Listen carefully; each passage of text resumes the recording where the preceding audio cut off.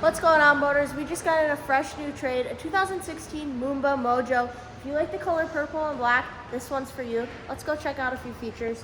Starting off on the outside, you do have your purple flake with the black exterior. This boat does come with a trailer. You're gonna have your swim platform. Coming into the boat, you have your cup holders back here. You have a nice big sun pad with a transom walkthrough into the boat. Lots of seating in this boat. You have up to 17 people you can fit in here. You have in-seat cup holders.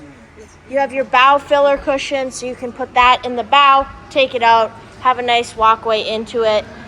You have your rear view mirror. This is a manual folding tower, and at the dash, you have your switches, so super easy to fill up your ballast.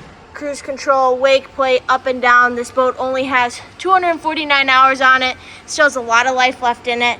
You're gonna wanna come check out this boat at MarineMax Nisswa or visit it on our website at marinemax.com. Let's get you on the water this summer.